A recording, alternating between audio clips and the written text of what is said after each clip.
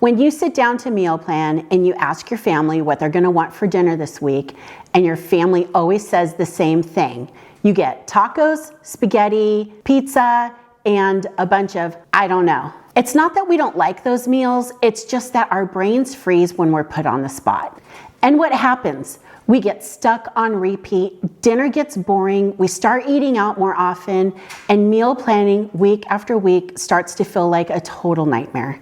Trust me, I've done it for years. The solution was so obvious, I can't believe it took me over 30 years to see it. Welcome back to Nancy's Homestyle Kitchen, where I show you how to cook real food that feels like home with simple steps, affordable ingredients, and no pressure to be perfect. This week we are not cooking because before dinner even makes it to the table, we've got to solve the biggest question of all: what's for dinner? And the answer begins with creating your very own family menu. Say hello to my little friend. So this all started one night when my husband and I were dining at a local restaurant. He was sitting there, flipping through the pages of the menu, trying to decide what he wanted to eat, and there were so many things on the menu that looked good to him. Then it hit me. Why don't I make a menu for us at home? So the next week, when it was time to meal plan, I handed him this menu and said, pick 7 breakfasts and dinners, a couple of lunches, and a dessert. The look on his face when he opened it, total game changer. I heard things like, I forgot about this one, or how come you've never made this for me? Suddenly, he was excited to help me, and I was excited because I finally had variety without the stress. Here is my 7-step process for making a family menu, creating a shopping list, and planning meals for your family, whether it's for 1 week or 1 month. The first thing you need to do is make a family menu. This is the heart of the system. So I created pages just like a restaurant, sorted into categories. I have breakfast, lunch, main dishes sorted by cuisine. So I have Mexican, Italian, Asian, American. I have a page for side dishes, soups and salads, breads, appetizers, and desserts. To build it, I went through my recipe box. I have recipes on my Instagram that I've saved. If you're anything like me, you have handwritten recipes, printed recipes. I even have a binder here full of recipes that I haven't quite made into a card yet. And then I also have stuff scattered throughout various files on my computer. So what I did is I took all of the recipes that I had, I created a Google Doc, and I made one Google Doc for each category. So the first one I started with was breakfast, and I titled the Google Doc breakfast, and I just listed all of the different breakfasts that I make.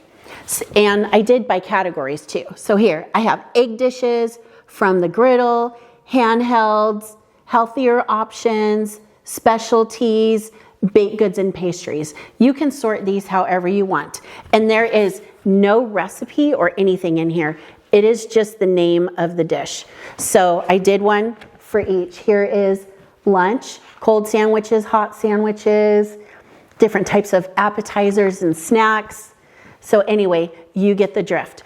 Go through, I literally went through my recipe box and put every single recipe title in my Google Doc. Then I went through some of these other things where I have it saved on my Instagram and I know it's something that I want to try, or through these handwritten ones that I haven't yet created a card, and I listed all those in there as well. What I like about having everything in a Google Doc, it's easy to print. I can access it from anywhere. So if we're staying at an Airbnb on vacation, I can easily open my Google Docs from my phone and get ideas for meals there. And then also, if there's some recipes that we end up not really loving, I can take them out. So you can either do a cheap little folder like I did with the sheet protectors. You could use a binder, just however it's easy for you to organize, but it definitely is very economical and is going to be such a time saver. And here's something else that I've thought about that I haven't quite done yet, but let's just take main dishes for example. I could actually add little icons after the name of the recipe to indicate those that are gluten-free, maybe ones that you can make in a crock pot, an Instant Pot, or on the Traeger. So let your imagination go and create what you want that'll work for you. Number 2, get input. Hand your family the menu and watch in amazement as they happily flip through, picking breakfast, lunch, dinners, snacks, and appetizers, taking all the pressure off of you for having to come up with what you want to cook for the week. It was actually really fun watching my husband flip through the menu, and he was so surprised because I had stuff in there that has been in my recipe box that I've never cooked, that he hadn't heard of before. There was a couple new recipes in there that I'd wanted to try.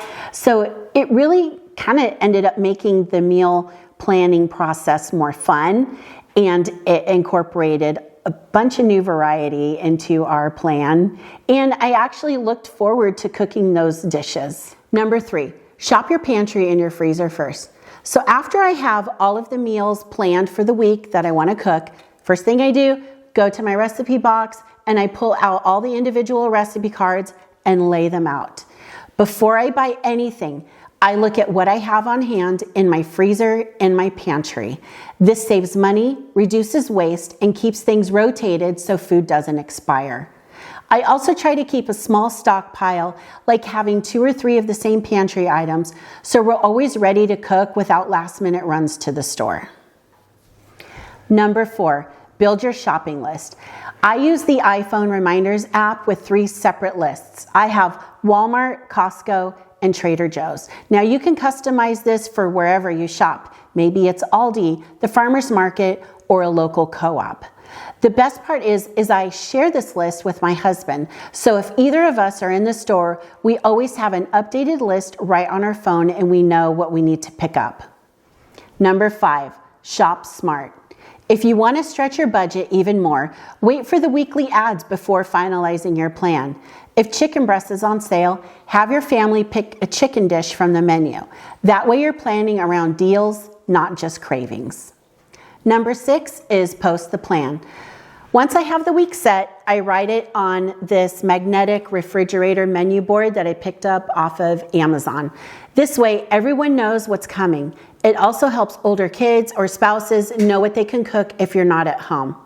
Ours is simple since it's just the 2 of us, but there are big family versions too with space for snacks and after-school ideas. Number 7, leave flexibility. Life happens. I always leave a night or 2 open for leftovers, a dinner out with friends, or just those evenings when you don't feel like cooking.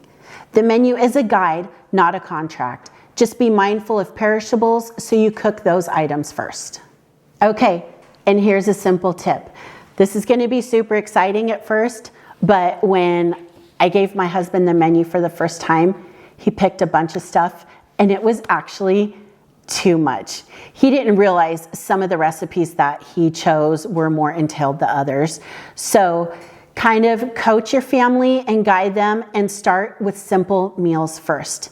And then maybe leave the more detailed menu items for the weekends or when you have more time to cook. But he was so gung-ho. I loved it. He picked a bunch of stuff. He even said, oh, I want you to cook that Guinness cake with Bailey's frosting. And I was like, okay. I was excited too. But after that first week, it was a lot of cooking. So take it from me, pick some simple recipes and start simple. I've shared this idea with a few friends and now they're creating their own menus too. If you make one, I'd love to hear about it in the comments. And if you found value in this video, please hit that like button and consider subscribing so you don't miss more home-style cooking tips. Well, that's all for today. No matter where you are in your cooking journey, I'm just thankful that you're here, and I'll see you next week with another easy home-style recipe.